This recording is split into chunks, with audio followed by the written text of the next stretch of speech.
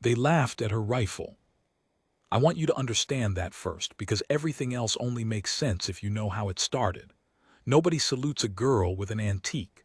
Nobody whispers her name across 3 barracks. When Tamsin Rays walked onto the Drell-Vald range with that long, dull, hand-built thing slung across her back, the whole cohort laughed. Ivani, Corin, the big quiet Threllians, even a couple of us humans who should have known better. We laughed. And then, 2 weeks later, an old marksmaster stopped a live exercise in front of 400 recruits, looked straight at the ones who had laughed loudest, and said 5 words none of us ever forgot. But I'm getting ahead of myself. Let me take you back to the morning we landed. Drell-Vald is not a place anyone goes by choice.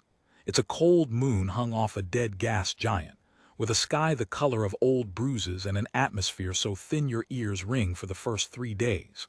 The Concord built the Marksmanship Academy there for one reason: the sightlines. You can stand on the eastern ridge and see clean across a canyon so wide that the far wall looks painted on. 4 kilometers of empty air. Wind that comes up out of the gorges with no warning and changes its mind twice a minute. They tell you, your first hour off the transport, that Drell-Vald has killed more scores than it's ever helped. They tell you it humbles everyone eventually. I didn't believe them. I was 19 and I'd shot expert on every range back home, and I thought humbling was for other people. There were maybe 400 of us in that intake. The Concord had finally opened its long-range warfare program to the new species, and humanity was the newest of the new. We'd been part of the Alliance for less than a generation.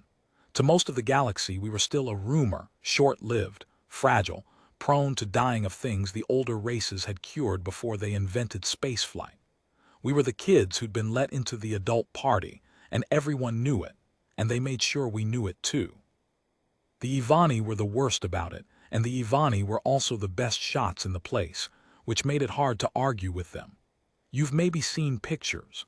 Tall, smooth, that silver-gray skin that catches light like wet stone, eyes that don't blink the way ours do. Graceful in a way that makes you feel like a brick with legs. They'd been precision shooters for 9,000 years, and they had the gear to match lance rifles that fired a focused energy bolt, smart bolts that corrected their own flight, optics that fed range and wind and target heat straight into the eye through a neural link. And Ivani could put a bolt through a coin at 2 kilometers without doing the math, because the rifle did the math, and the rifle was part of him, and he'd never known anything else. Their squad lead was a cadet named Ithra Vale. I remember the name because everybody said it like it meant something. Top of his class on 3 worlds. The kind of person who's so good at the thing he does that he stopped being able to imagine being bad at it. He wasn't cruel exactly. Cruel takes effort. He just didn't think we were worth the effort, and that's its own kind of cruel when you're on the receiving end. So that was the room Tamsin Rays walked into. She was small. I'll say that plain. Small and quiet and brown-skinned, with her hair cut short and practical, and she moved like she was trying not to take up space. She didn't introduce herself to anybody. She found her bunk, set down her kit, and the last thing she unpacked was a long, hard case, scratched all to hell, with a name burned into the lid in letters that had gone soft with handling. I couldn't read it from where I stood. Later I learned it said EDITHR, Bell's Landing. Her grandmother's name, and the name of the dirt road colony, where Tamsin had grown up shooting jackrabbits for the pot. She opened the case the way some people open a coffin, slow, careful, both hands. And inside was the ugliest, most beautiful rifle I have ever seen in my life. It was long, longer than the Ivani lances. Heavy too, you could tell by the way she lifted it, the small grunt she didn't mean to let out. The stock was real wood, dark and oiled, worn pale at the cheek weld where 2 generations of faces had pressed against it. The barrel was milled steel, blued so many times it had gone almost black. There was a bolt on the side, an actual mechanical bolt that you worked by hand, that you had to cycle yourself between every single shot, a thing the rest of the cohort had only ever seen in museums. No power cell, no neural port, no glowing anything. The The scope on top was glass and brass, and a reticle etched by some patient hand on a world far from here. The whole rifle ran on muscle and intention, and one chemical reaction repeated 100 years. Ithra Vale saw it from across the bay, and he didn't even bother to lower his voice. "Is that a tool?" he said. "Or did her grandmother die and she just kept the walking stick?" The Ivani around him made that sound they make instead of laughing, like wind through reeds. A couple of the other species joined in. And I'm ashamed to tell you that a few of the humans laughed too, because when you're the new species and you're scared, you'll laugh at one of your own just to be on the side that's laughing. Tamsin didn't look up. She finished wiping down the bolt with an oiled cloth, set it back in the case, and closed the lid. Then she said to no one in a flat and easy voice, "She's not dead. She's 81 and she still shoots better than you." That got a real laugh, from us the humans, the first honest one. Ithra Vale smiled with his mouth and not his eyes and let it go. But he'd remembered her now, and that was the worst thing that could have happened, because Ithra Vale's attention was a weight you didn't want on you. The instructors came in after the evening meal. There were a dozen of them, drawn from a dozen worlds, and they were all old. That's a thing about marksmen, the great ones get old, because the whole art is about not dying, about the patience that keeps you alive. The young ones with the fast hands wash out or burn out. The old ones, the ones who taught, they had stillness in them like rocks have stillness. The oldest of all of them was a Koran named Vane. You've maybe never seen a Koran. There aren't many left. They're tall and narrow, with too many joints in their arms, gray going to white at the edges the way ours go, and a long face with deep-set eyes that have a way of landing on you and not letting go. Vane walked with a cane he plainly didn't need, the way some old soldiers carry a thing just to have something in their hands. He'd been a sniper in the Vasari campaigns, back before any of us were born, back before half our species had radio. 240 confirmed, they said, though Vane never said it. And a man who lives to be old after that many is a man who spent more time waiting than most people spend living. He walked the line of us slowly. He didn't say much. He stopped in front of the Ivani and looked at their gleaming lances, and you couldn't read his face at all. He stopped in front of the Threllians, who were built like furniture and shot like it. He stopped in front of us humans and looked us up and down like he was pricing livestock. Then he stopped in front of Tamsin Rays, who had her case at her feet, and he looked at the case for a long moment, and then he looked at her and something moved behind his deep-set eyes, just a flicker. He didn't say a word. He moved on. But I saw it, and so did Ithra Vale, and neither of us understood it yet. The first week was speed. I think they did it on purpose. The Conquered teaches the way it fights, and the way it fights is fast, acquire, lock, fire, move, all of it in under a second. All of it fed through the gear, so the soldier is really just a finger on a system that does the seeing and the math and most of the deciding. The first range drills were all about that. Pop-up targets at 400 meters, 600, 800. Time scored. The faster you put a bolt through center mass, the higher you ranked. The Ivani owned it.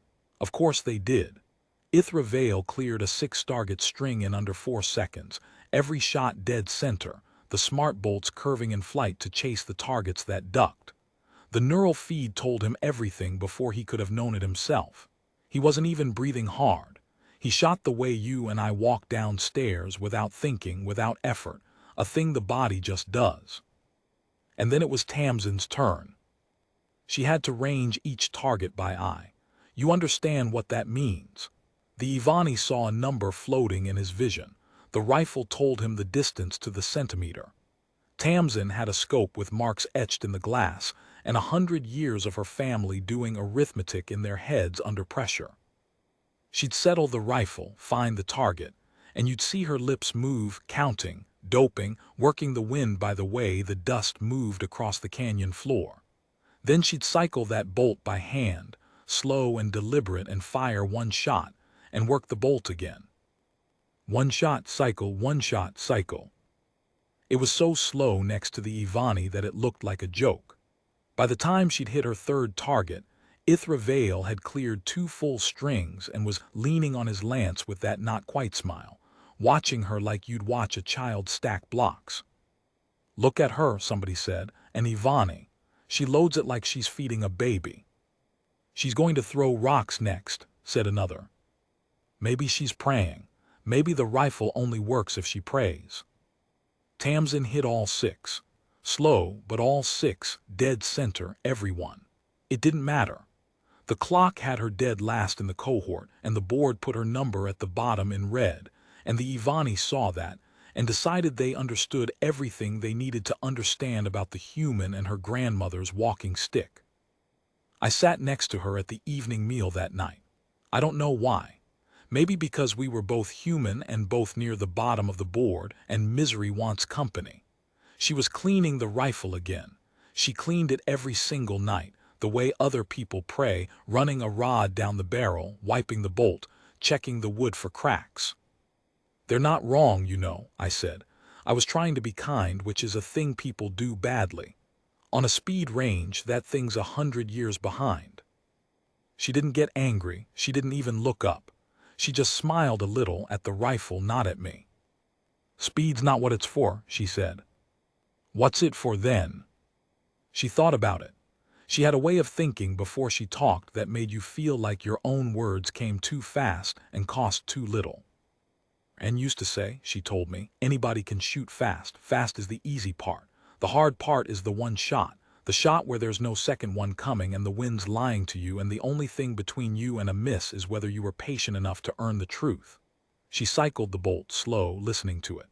"This rifle doesn't do the math for me. It doesn't see the wind for me. It doesn't decide for me. It makes me do all of it, every time. That's not a flaw. That's the whole point." I didn't get it. I'll be honest with you, I was 19 and I'd shot expert, and I thought she was making excuses for a bad clock. I nodded the way you nod at someone you've decided is a little sad. She saw me not getting it. She just smiled again and went back to the rifle. Across the bay, Vane the old Corin was watching us. He'd been watching her, I think, the whole time. When he saw me looking, he didn't look away. He just held my eyes for a second with those deep-set eyes of his, and then he tipped his head toward Tamsin, the smallest motion, almost nothing, like he was telling me to pay attention. Like he was telling me I was about to miss something that mattered. Then he turned and limped off into the dark on his cane he didn't need. The second week, Drelvald showed us its teeth. There's a thing that moon does every few days that the instructors call the static.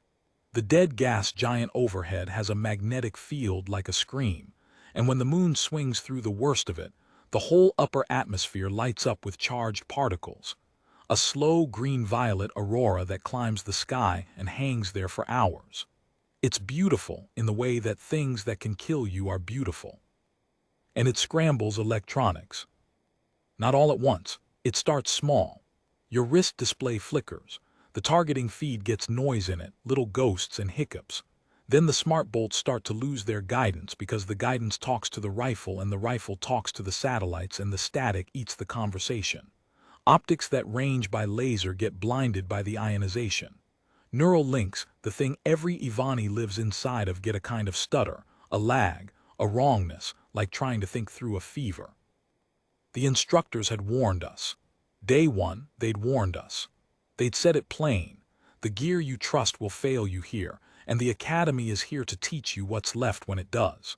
Most of the cohort had nodded and not listened, because the gear had never failed them, not once, not in their whole lives, and a thing that's never happened doesn't feel real no matter how many old men warn you.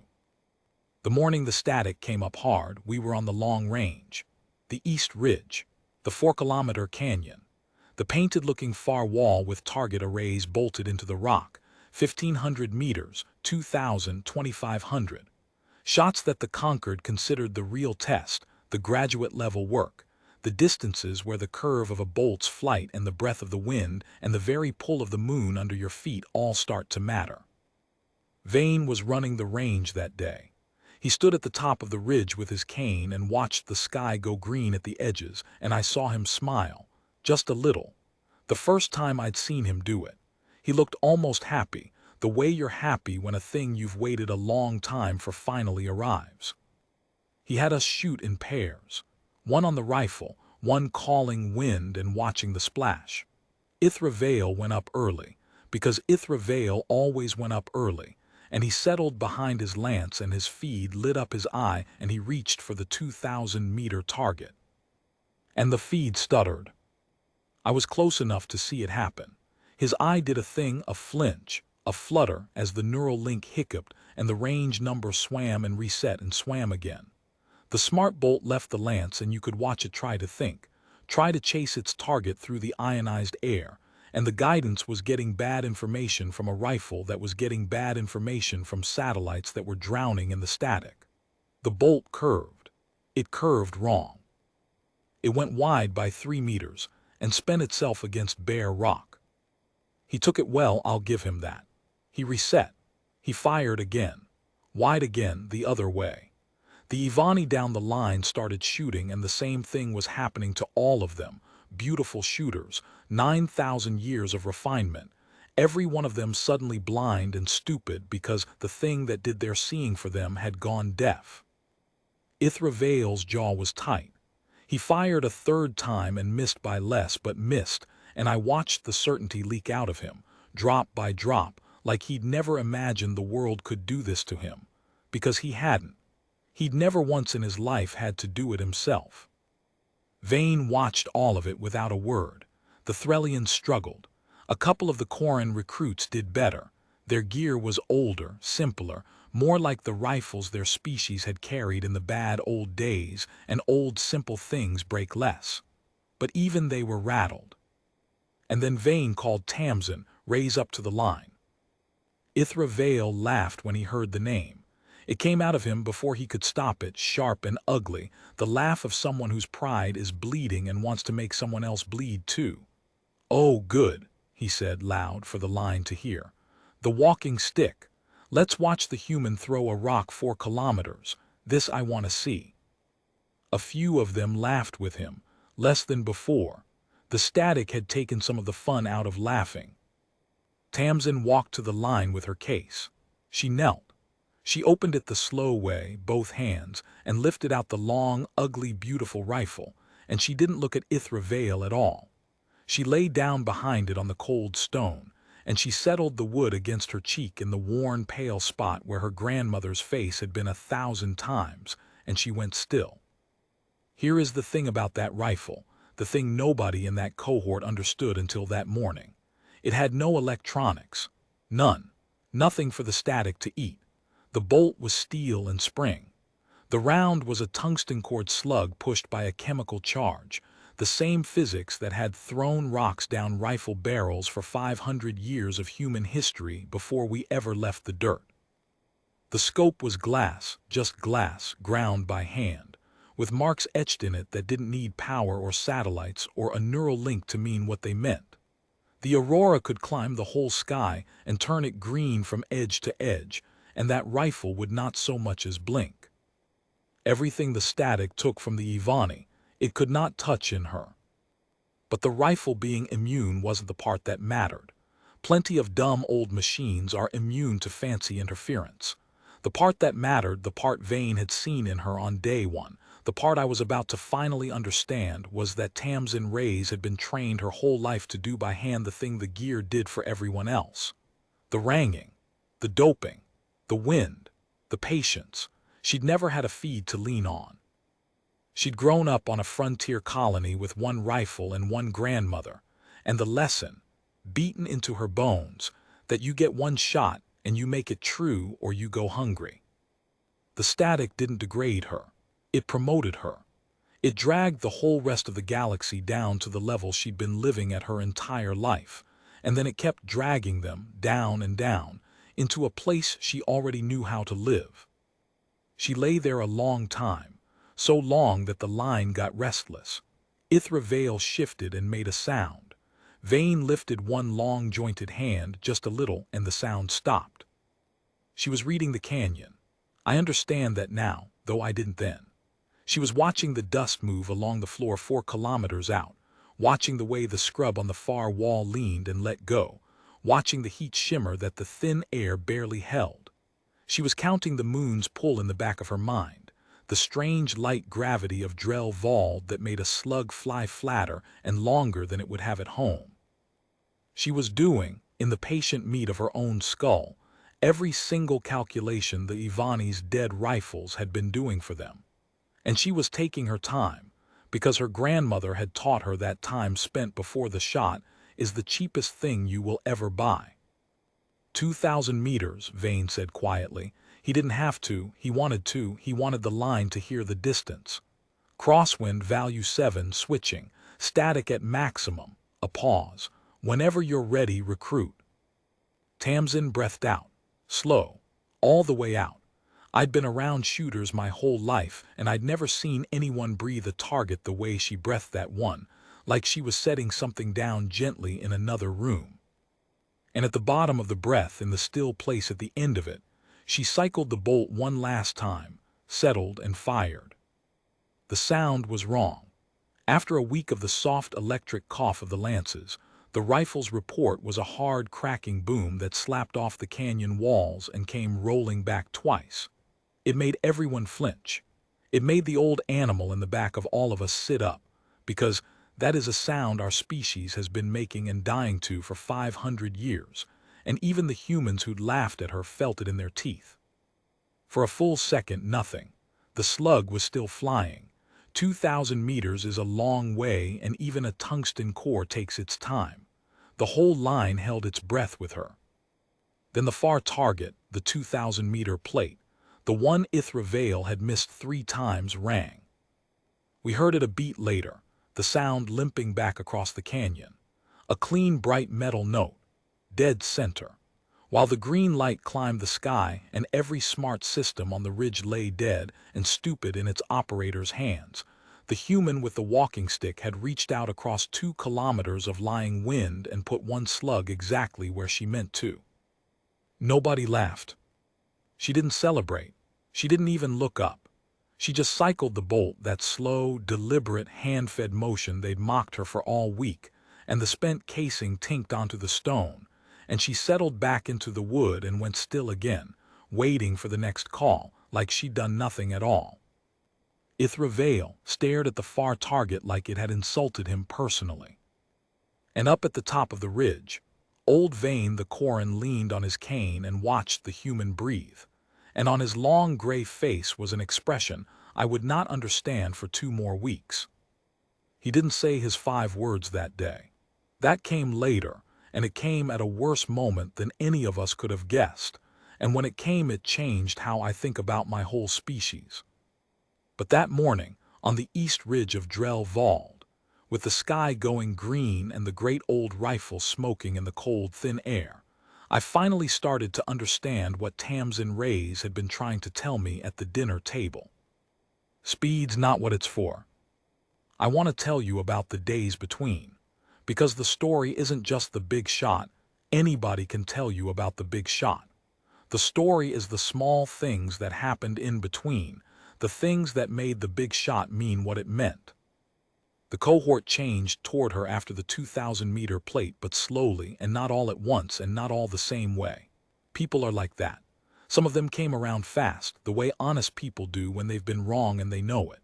A big Threllian named Dorvath, who'd shot like furniture and laughed like furniture being dragged, came and sat by her the next morning and asked her, in his slow, careful way, how she'd read the wind without a feed.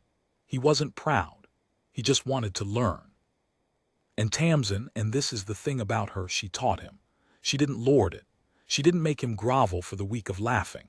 She just took a handful of dust and let it go in the air and showed him how to read the fall of it, the way her grandmother had shown her on a porch on a colony 1,000 light years away.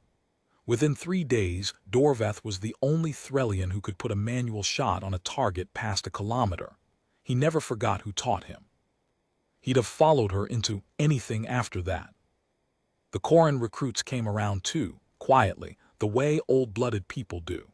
Their species remembered the bad days, the days before the gear, when a Corin sniper lay in the cold for 2 and 3 days at a time waiting for one shot that decided a campaign. They saw something in Tamsin that they recognized from their own grandparents' stories, and it unsettled them and drew them at the same time. One of them, a lean gray youngster named Sale, started shooting next to her every range day. Didn't say much. Just wanted to be near it, the way you want to be near a fire. The Ivani did not come around. The Ivani got worse. You have to understand what that shot did to them. The Ivani had been the best for 9,000 years. Best was their whole identity, woven into them the way patience was woven into Vane. And here was a fragile little short-lived human, a member of a species they thought of as barely arrived children, doing in the worst possible conditions a thing that their finest cadet had failed 3 times to do at all. It didn't just beat them. It told them a story about themselves they did not want to hear, that all their refinement was a kind of dependence, that 9,000 years of letting the gear do the seeing had hollowed something out of them they hadn't even known was there. People will forgive you almost anything except being right about them when they're not ready to hear it. Ithra Vale stopped joking about her. That was the bad sign. The jokes had been a kind of safety valve, a way of staying above her.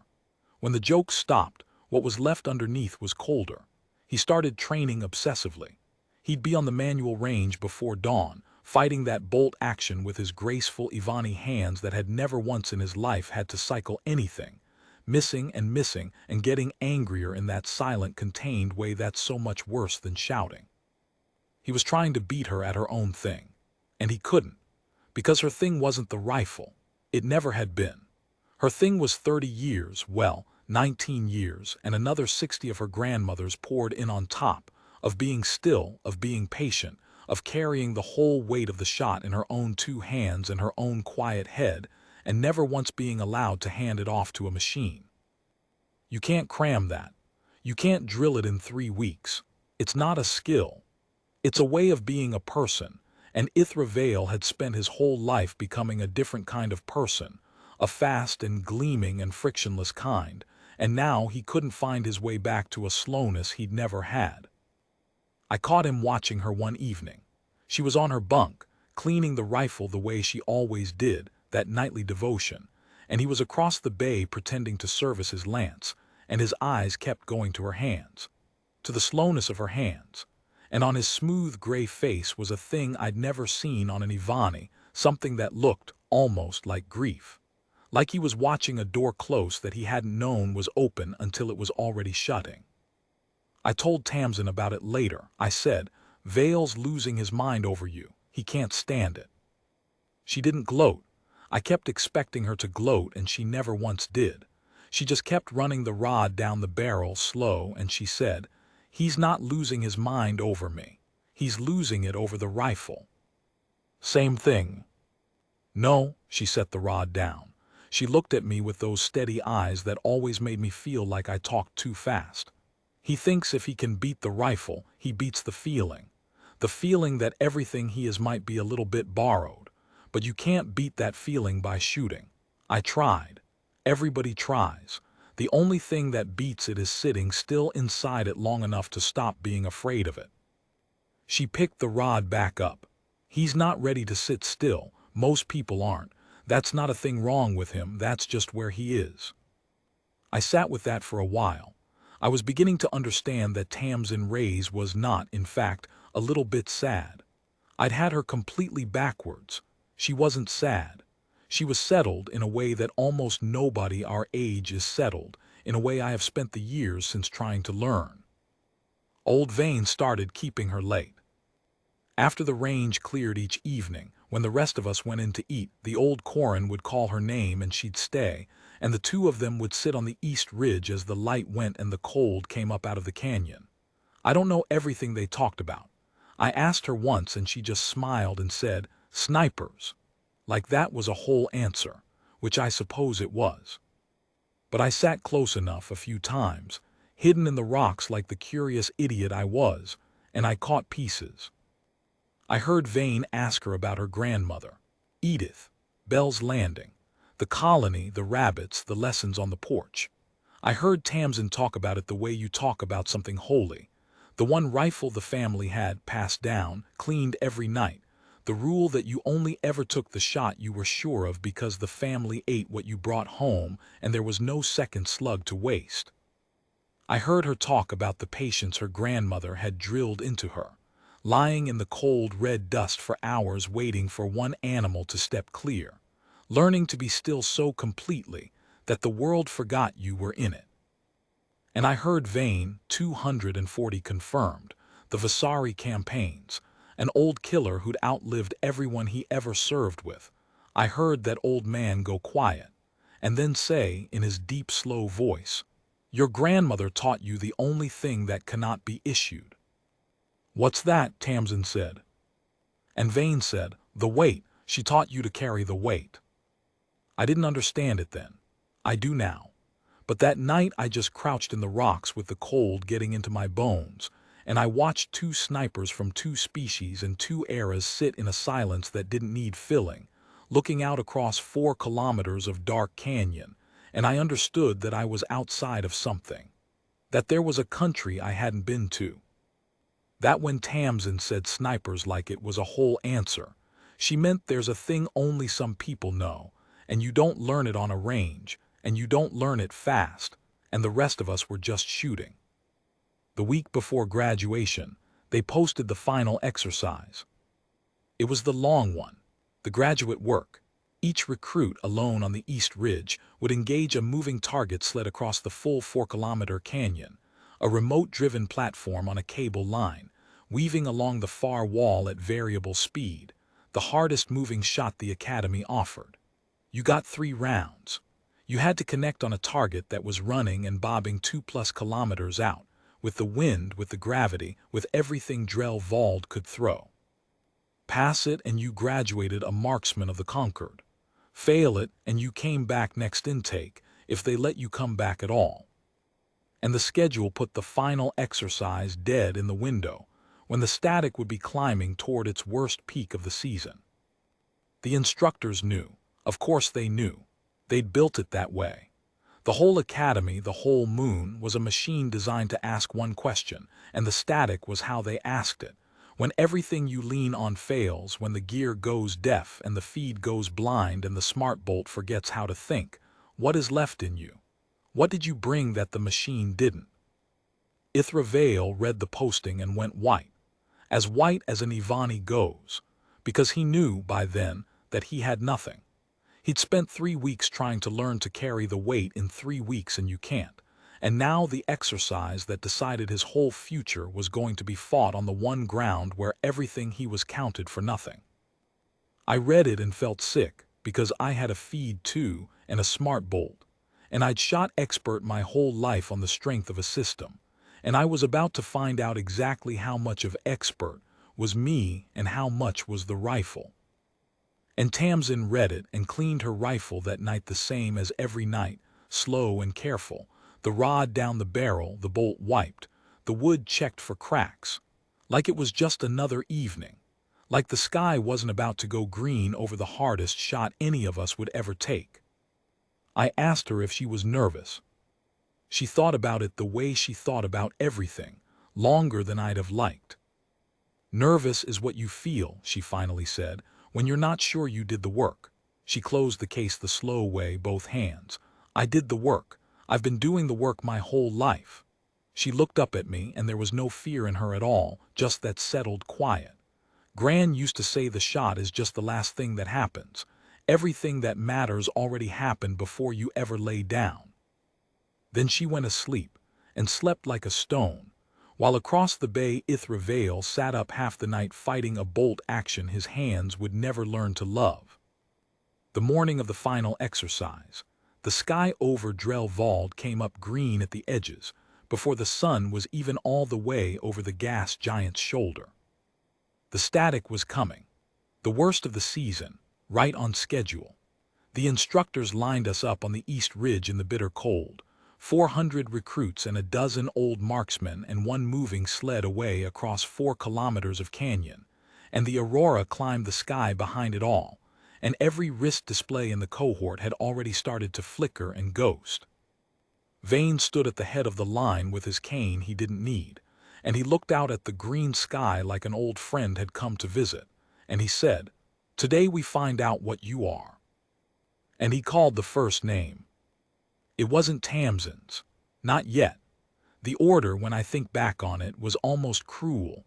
They made the rest of us go first, made the Ivani go first, made us all show the cohort exactly how far the mighty could fall before they put the human on the line. But I'll tell you about that in the second part. I'll tell you about the shot, and the thing that went wrong that nobody planned for, and the 5 words old Vane said in front of 400 recruits that I have carried with me every day since. Because the final exercise didn't go the way the Academy wrote it. Something happened out on that canyon, something with the sled, and the static, and a recruit who shouldn't have been where he was, that turned a test into the realest moment any of us would ever live. And when it was over, only one rifle on the whole ridge was still working. And only one person on the whole ridge knew how to use it. They made the Ivani go first. I told you the order felt cruel, and it was, but I think Vane had his reasons, the way that old Corin always had his reasons. He wanted the cohort to see something before he put the human on the line.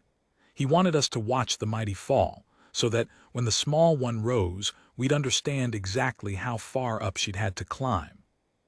The static was already bad when the first name was called. The aurora had crossed half the sky, that slow green-violet curtain hanging over the canyon, and you could feel it in your teeth, a faint electric wrongness, like the air itself had a headache. Every wrist display on the ridge was ghosting.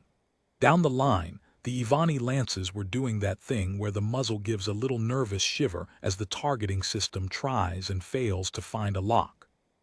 Ithra Vale's squadmate went up first. An Ivani named Solace, nearly as good as Vale, smooth and silver and certain. He settled behind his lance and reached out for the sled, that little remote platform weaving along the far wall. 2 kilometers and more of bobbing, weaving, lying motion, and his neural feed lit his eye. And then the feed stuttered, and the range number swam, and the smart bolt left the lance and tried to think and couldn't. It missed by a margin you could have parked a transport in. He reset. The cohort was silent. He fired his second round and the bolt curved, chasing data that the static had already eaten, and it went wide the other way. 1 round left.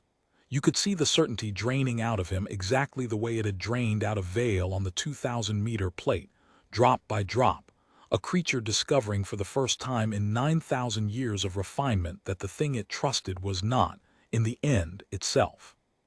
His third bolt flew and missed, and spent itself against the far wall in a little flower of dead light, and Solace stood up off the line with the careful blankness of someone whose whole future has just walked out the door, and he did not look at anyone, and he went to the back of the line. It went like that, Ivani after Ivani. Beautiful shooters, every one the finest the galaxy had made, going up against a moving sled in the worst static of the season, and finding out that without the feed they were lost. A few of them connected on a lucky round, the smart bolt happening to guess right through the noise, and those few passed, and you could see the shame in even their passing, because they knew it was luck and not them. Most of them failed. The board at the top of the ridge filled up with red. The Threllians did a little better. Dorvath, the big one Tamsin had taught, actually connected on his second round, a clean hard manual hit, and he looked back down the line for her when he did it, and she gave him the smallest nod, and that nod meant more to him than the pass did. You could see it. The Corin recruits did better still. Their old simple gear and their old patient blood carried them through. Sale, the lean gray youngster who'd taken to shooting beside Tamsin, made his shot and walked back past her and touched 2 fingers to his chest. The Corin thing, the soldier's thing, and she returned it. Then it was my turn. I'm not going to lie to you and tell you I did well. I went up with my feed ghosting and my smart bolt twitchy, and I discovered, in about 4 seconds, exactly how much of expert had been the rifle and how little had been me. I missed my first round by a country mile. My second was closer, more by accident than skill. My third I got lucky, I'll say it plain. The bolt found the sled through the noise on a guess, and I passed by the width of a hair, and I knew, lying there with my heart going like a hammer, that I had not earned it. I'd survived it. There's a difference, and I'd never once in my life understood the difference until that morning on the cold stone with the green light climbing. I walked back down the line and I stopped near Tamsin, and I think she saw it in my face, the thing I just learned about myself. She didn't say anything.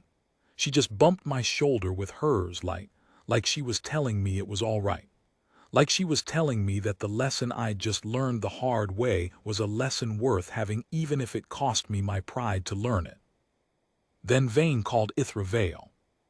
The cohort went quiet in a different way.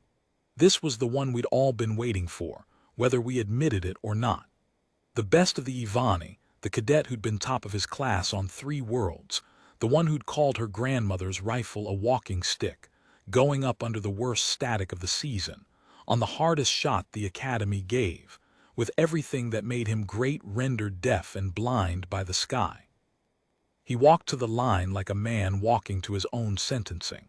He trained for 3 weeks to be ready for this, and he knew, the way you know a thing in your stomach before your head admits it, that he wasn't. He settled behind the lance. His feed lit and stuttered and ghosted. The sled wove along the far wall, 2 kilometers out, bobbing, weaving, lying. He fired his first round, and the smart bolt left the lance, and the static ate it the way it ate everything, and it missed. His hands were shaking. I'd never seen an Ivani's hands shake. He reset, and he was breathing wrong, fast and high in his chest, the opposite of everything you need. And he fired his second round and it missed, and now the whole cohort could see it, could see the great Ithra Vale coming apart on the line in front of all of us, and not one person laughed. That's the thing I want you to understand. Nobody laughed. 3 weeks earlier, half of them would have, but we'd all just been up on that line. We'd all just found out what we were without our gear, and most of us hadn't liked the answer, and there's no laughing at a man drowning when you've just barely kept your own head above the water. The cohort watched Ithra Vale fail with something that wasn't satisfaction. It was almost pity.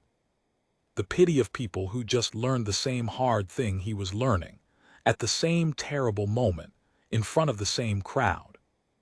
He had 1 round left. He lay there a long moment, and I saw him try to do the thing Tamsin did. I saw him try to breathe it out, to find the stillness, to carry the weight himself the way she'd carried it her whole life.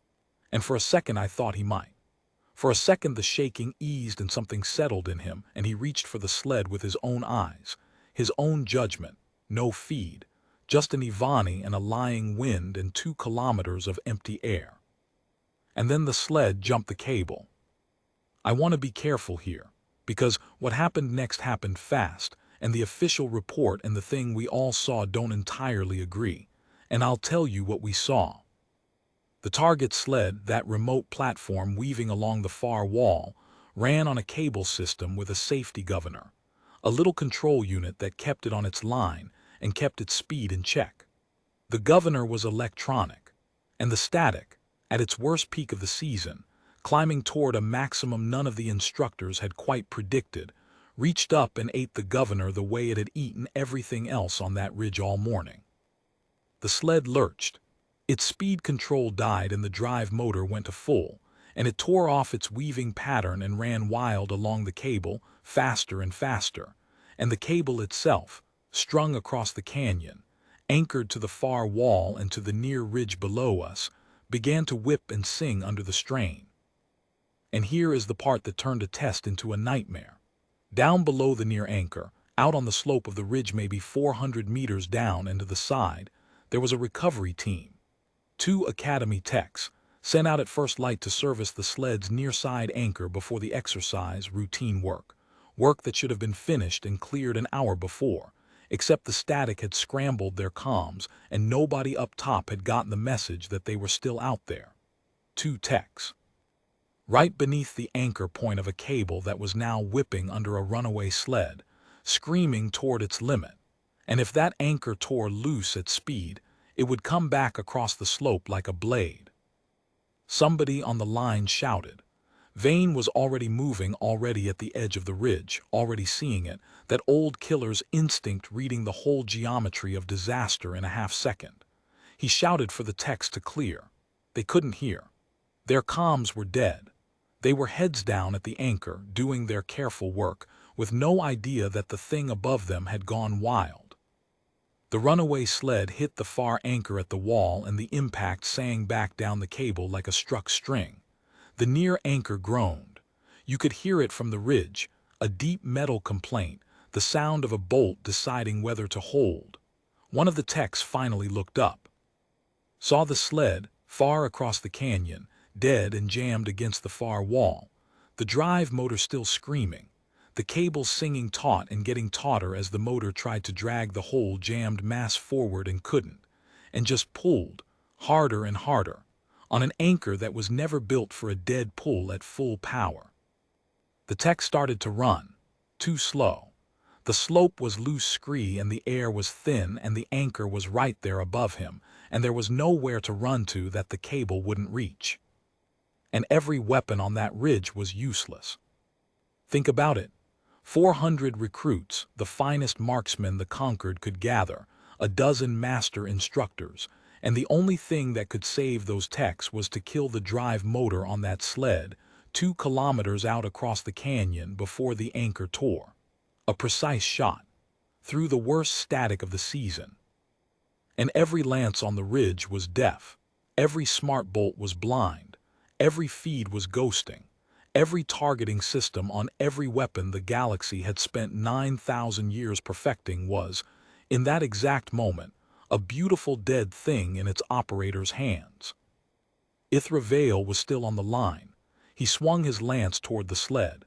His feed died completely, just died, the screen in his eye gone to green snow. He fired anyway, a desperate thing. No lock, no data, just a prayer, and the bolt sailed off into the canyon and hit nothing, hurt nothing, did nothing. He fired his last round the same way and it went the same place. Nothing. He turned and looked back down the line, and for the first time in his life Ithra Vale's face was completely open, completely undefended.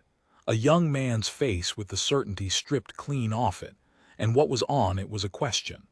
A pure desperate question with no pride left in it at all.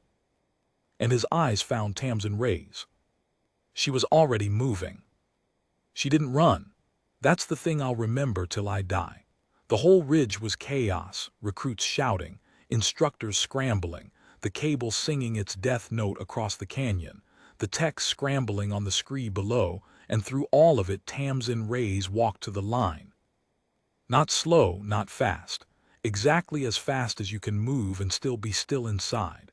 And she knelt and opened her case the slow way, both hands, and lifted out the long, ugly, beautiful rifle her grandmother had carried, and she lay down behind it on the cold stone. Vane was beside her in an instant, not to take over, to call for her. The old Corin dropped to one knee at her shoulder, his cane forgotten, 240 confirmed coming awake in him all at once, and he became her spotter the way he must have had a spotter 100 years ago in the Visari cold. Sled far wall, he said, fast and flat, no panic in it, just data, the old discipline. Drive housing lower left of the chassis, that's your kill. Range, and he didn't have a feed either, his own gear was as dead as everyone's, so he did the thing none of the young ones could do. He ranged it with his eyes, an old man's eyes that had ranged 10,000 targets before any of us were born. Range 2100, call it 2150. Crosswind full value, switching hard, right to left, gusting, static at maximum, a breath. The anchor's going, recruit, you have one shot before it goes, maybe. One shot, 2100 meters and change. A target the size of a dinner plate on a jammed sled across 2 kilometers of the worst lying wind on the worst static of the season, with 2 lives under the cable and the cable about to come apart. The exact kind of shot the whole rest of the galaxy could not take, because the whole rest of the galaxy had handed that work to machines a long time ago, and the machines were dead. Tamsin Ray's settled the wood against her cheek, in the worn, pale spot where her grandmother's face had been 10,000 times, and she went still. I have never in my life seen anything as still as that girl in that moment. The ridge was screaming and she was a stone. She was the calm eye of the whole disaster. She breathed out, slow, all the way down, and at the bottom of the breath, in the still place at the end of it, the place her grandmother had taught her to find lying in the cold red dust of a colony 1,000 light years away, she read the canyon. She read the dust on the floor 2 kilometers out. She read the scrub on the far wall, the way it leaned and let go, the wind telling its lies. She read the heat shimmer the thin air could barely hold. She read the moon's light pull under her own body, the flat long flight a slug would take in this gravity, the same arithmetic her family had been doing in their heads under pressure for 100 years. The static could not touch one piece of it. There was nothing in her rifle for the green sky to eat. There was nothing in her shot that lived anywhere but her own patient meat and her own quiet head and her own 2 hands, the hands the cohort had mocked for being slow, the slow, deliberate hands that worked the bolt by feel and didn't need a single thing from a single machine. "Wind switching," Vane said quietly. "Wait for it." And she waited. With 2 lives under a dying cable, she waited, because her grandmother had taught her that time spent before the shot is the cheapest thing you will ever buy, and the shot is just the last thing that happens, and everything that matters already happened before you ever lay down. She waited for the wind to lie the way it had been lying, waited for the gust to come and break, and the air to go slack in the half-second between one lie and the next, the half-second of truth that the whole art of the sniper is built to find and use. The anchor groaned. The tech below it stumbled on the scree. The wind broke. And in the still slack half-second of truth, Tamsin Rays cycled the bolt one last time. That slow, hand-fed, mocked motion settled and fired. The report cracked off the canyon walls and came rolling back twice. That hard ancient boom. And every creature on that ridge from every world in the galaxy flinched at a sound our species has been making and dying to for 500 years. The slug left the barrel at the bottom of her breath and crossed 2 kilometers of lying wind and green dead air, riding nothing but physics and the truth she'd waited to find. And for one whole second, the longest second of my life, it was just flying, and the cable was singing, and the anchor was going, and nobody on the ridge breathed. The slug hit the drive housing of the sled lower left of the chassis, exactly where Vane had called it. The screaming motor died. Just died. The dead pull on the cable went slack all at once. The anchor, half torn from the rock, settled back with a groan and held. The cable stopped singing. The whole canyon went quiet except for the rolling echo of that one shot, fatting off the far walls, getting smaller, gone. The 2 techs on the scree below stood frozen, looking up at a cable that had stopped trying to kill them, not understanding yet how close it had been, not understanding that a fragile, short-lived human with a 100-year-old rifle had just reached out across 2 kilometers of dead green air and plucked their lives back out of the wind. Tamsin Rays cycled the bolt. The spent casing tinked onto the cold stone. And then she lay there a moment longer, her cheek still on the worn wood, and she let out a breath that I think she'd been holding her whole life, and her hands, finally, just slightly, shook. Nobody on the ridge said a word. 400 recruits, a dozen masters, the finest marksmen the conquered had ever gathered, every one of their beautiful weapons dead in their hands, every one of them having just watched the one thing none of them could have done. The silence went on and on. Even the static seemed to hold its breath. And then old Vane the Corin stood up off his knee, slow, finding his height, 240 confirmed, and 100 years of cold and patience standing up to full in front of all of us. He looked down at Tamsin Rays, lying there with her grandmother's rifle in her shaking hands. And then he turned, slow, and he looked out at the cohort, at the Ivani with their dead lances, at Ithra Vale standing white and stripped and open at the line, at all of us who had laughed 3 weeks ago and didn't feel like laughing now. And he said his 5 words, the ones I've carried every day since. He didn't shout them. He didn't have to. The whole ridge was so quiet you could have heard a slug drop. He said, only snipers understand the weight.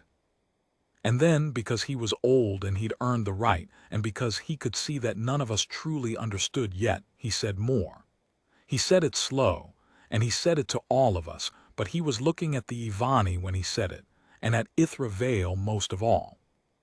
You build a rifle that sees for you, he said, and ranges for you and decides for you, and you tell yourself you've made a better soldier. You haven't. You've made a soldier who has never once been alone with the shot. And a soldier who has never been alone with the shot has never carried the weight of it. The machine carries it. The machine sees, the machine decides, the machine takes the blame. You only pull the trigger. He let that sit.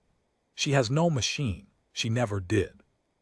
Every shot she has ever taken, she took alone, the seeing, the deciding, the weight of it, all of it hers and nothing borrowed. That is why her hands shake now and yours do not, because she knows what she just did. She felt every gram of it. The machine spared you that all your lives and you thought it was a gift. His deep-set eyes went down the line slow. It was a theft. It stole the weight, and the weight is the whole thing. The weight is what makes a marksman more than a finger on a system. You cannot teach it in 3 weeks. You cannot issue it. It is the one thing that cannot be issued, and she was given it by an old woman on a poor world, one shot at a time until it was woven into her bones. He looked back at Tamsin. Only snipers understand the weight. The rest of you have been shooting. Today, one of you fired a rifle, and it was the human. He let it stand. Nobody moved. And then the old Corin did a thing I had never seen a master do to a recruit. He brought 2 long-jointed fingers to his chest, the soldier's thing, the Corin thing, and he held them there, looking down at the small human on the cold stone. A salute. From 240 confirmed to a recruit who'd been at the bottom of the board 3 weeks before. And Tamsin Rays climbed slowly to her feet, with her grandmother's rifle in her shaking hands, and she returned it. I won't pretend everything changed in a day. It doesn't in real life. The Ivani didn't all become humble. Solace never quite forgave the galaxy for the morning. A few of them transferred out, went back to the energy ranges where the gear still did the seeing, and a man could pretend, a while longer, that he was the one shooting. People are like that. Not everyone is ready to learn the thing that's standing right in front of them. Most people aren't. As Tamsin would say, that's not a thing wrong with them. That's just where they are. But some of them came around. Dorveth the Threllian was hers for life after that morning. Sale the young Corin stayed at her side through the rest of training and the postings after, and the 2 of them made a sniper pair the regiments would tell stories about for years.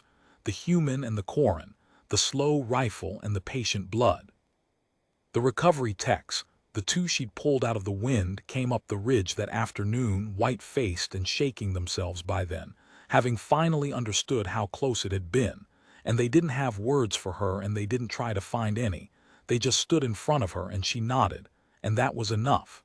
What is there to say? She'd given them the rest of their lives.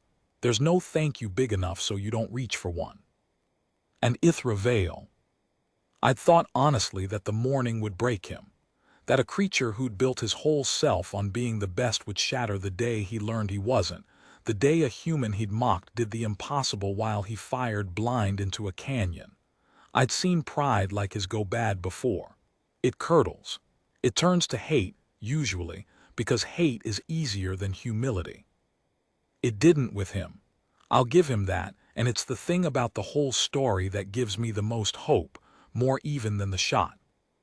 That evening, when the range had cleared and the green light was finally fatting out of the sky, I saw Ithra Vale walk up the ridge to where Tamsin sat alone with her rifle across her knees, looking out at the dark canyon.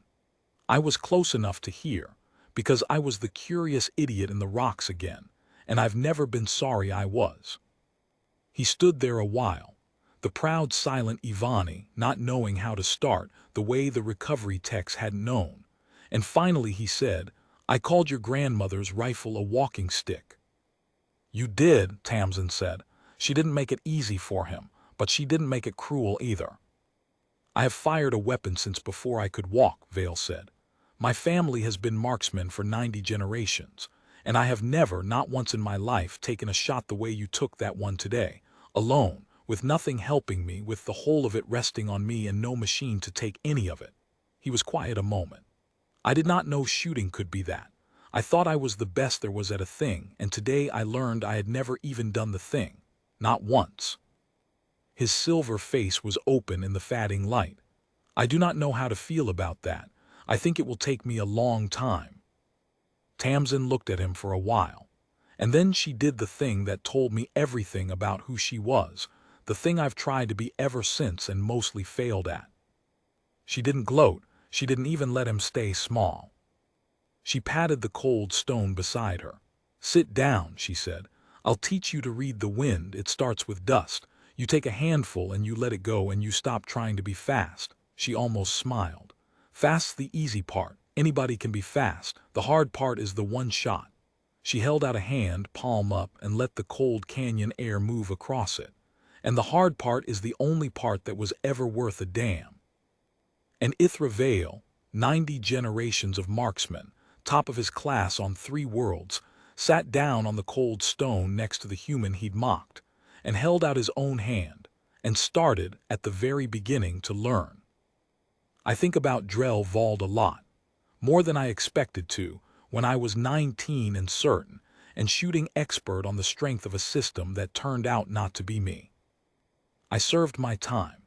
I carried a feed and a smart bolt through campaigns I won't bore you with, and the gear was good, and most days the gear worked and I was glad of it. I'm not telling you machines are bad. That's not the lesson. The lesson is harder than that, and Tamsin Reyes is the one who taught it to me, on a cold green morning, with a 100-year-old rifle and a shot that 2 kilometers and a dead sky couldn't stop. The lesson is that there is a thing the machines can do for you, and there is a thing they can never do for you, and the second thing is the one that matters when everything else fails. The machine can do the seeing and the wrangling and the deciding. It can carry all the easy weight. But it cannot carry the weight that comes from being truly, completely alone with what you are about to do. The weight that makes your hands shake afterward. The weight that tells you what your shot cost. The weight that an old woman on a poor world spent a lifetime weaving into a girl's bones, one careful shot at a time. The galaxy had spent 9,000 years building beautiful machines to take that weight away. And on the morning it mattered most, the only person on the whole ridge who could save 2 lives was the one person who had never been allowed to set the weight down. That's the thing the Ivani learned the hard way in front of 400 recruits. That's what Old Vane meant. That's what Tamsin meant at the dinner table that first week, when I thought she was just a little bit sad, and she was, in fact, the most settled person I have ever known. Speed's not what it's for. They mocked her rifle. They mocked the slow hand-fed bolt and the real wood-worn pail at the cheek, and the glass scope with no power in it, and the name burned soft into the lid of a scratched old case. They mocked it right up until the sky went green, and their beautiful weapons died in their hands, and a small quiet human did the one thing none of them could do. And the galaxy had 1,000 ways to kill faster than her. 1,000. Smarter, brighter, cleaner ways, refined over 9,000 years. But not one of them in all that time had ever learned how to be still. Not one of them had ever learned how to wait. And not one of them, not the Ivani, not the Threllians, not even the old patient Corin with 240 confirmed, had ever had to carry the whole weight of a single shot alone, in their own 2 hands, with nothing in the universe to help them but the truth they were patient enough to wait for. Only snipers understand the weight. And on a cold moon, under a green and lying sky, with 2 lives hanging on a singing cable, we found out that the best sniper in the whole bright galaxy was a girl from a dirt road colony, who'd been taught everything she knew by an old woman who shot rabbits for the pot, and who cleaned her grandmother's rifle every single night, slow and careful, and both hands, the way the rest of us never learned to pray.